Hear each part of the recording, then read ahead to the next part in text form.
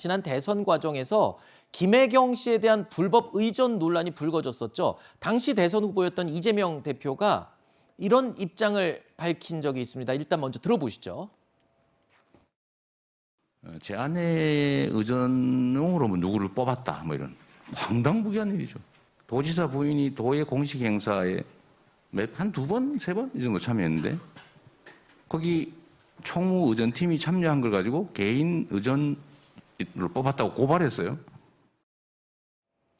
자, 이재명 대표는 당시의 발언이 허위라는 이유로 고발을 당했습니다. 그런데 검찰이 이 부분에 대해서 불기소 처분을 내리면서도 이 대표 발언 자체는 허위라는 판단을 내렸던 것으로 확인이 됐습니다. 그러니까 공무원을 배우자 수행비서로 채용한 사실이 없다라고 얘기를 한 자체가 이게 허위 발언이라고 검찰은 보고 있다는 거잖아요. 그러니까 검찰은요, 모든 증거를 다 종합해 보니까 네.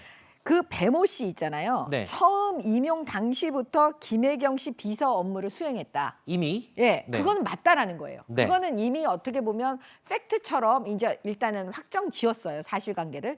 그런데 이제 문제는 뭐냐면 그 이재명 대표가 여기에 관여했냐? 아하. 이걸 어느 정도 알고 있었냐? 이런 부분에 대해서는 또 하나 입증을 해야 되잖아요. 그렇죠. 증거를 들이대야 되잖아요. 네. 근데 그 증거를 못 찾은 거죠.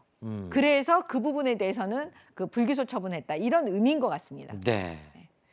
이른바 개딸들이라고 하죠. 이재명 대표를 지지하는 강성 지지자들을 지칭하는데 한동훈 장관 탄핵 운동에 나서겠다고 밝혔습니다. 자, 개딸들이 지금 한 장관에 대한 탄핵 운동을 언급하고 있는데 검찰 수사가 본격화되면서 위기감을 느끼면서 이런 움직임이 나오는 건 아니냐 이런 해석이 나오네요. 근데 이게 지금 강성 지지자들이 움직여야 될 일인가 싶기도 하고요. 글쎄요, 저는 이제 지지자들의 심정은 이해를 하겠어요. 네. 이해를 하겠는데 우선은 이것과 관련해서는 현재 지금 판결도 조금 저희가 기다려야 봐야 그렇죠. 되고요. 네네. 이제 소위 검수한 바 관련해서는 기다려 봐야 되는 것이고 한동훈 장관은 계속 얘기를 할수록 그 존재감만 부각시켜주는 결과가 나오기 때문에 그렇죠. 저는 좀 마음은 알겠어요. 마음은 알겠지만 이거는 조금 자제하는 게 어떨까 그런 생각이 들고요. 지금 헌재 판결부터 먼저 보고 그다음에 당에서 이후에 또 어떻게 대처하는가 이런 네. 것들을 좀 지켜보면서 네.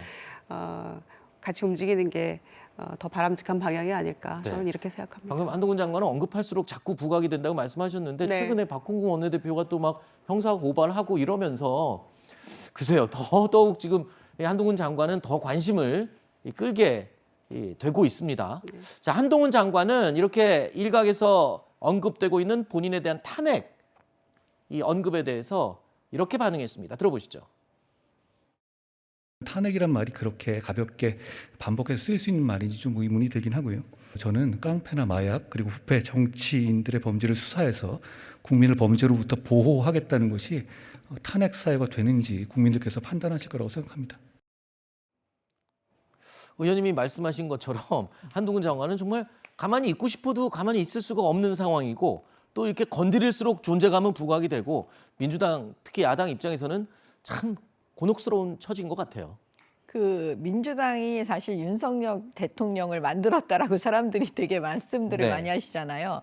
근데 이번에도 또 민주당이 국민의힘 대선 후보를 한동훈으로 만들어 주시려고 지금 저러시는 건지 네. 그런 생각이 들어요. 이제 국민의힘도 국민의힘이 스스로 알아서 대선 후보를 만들고 아마 싶을 거예요. 네. 민주당이 제발 한동훈 장관에 대해서 저렇게 안 했으면 좋겠습니다. 네.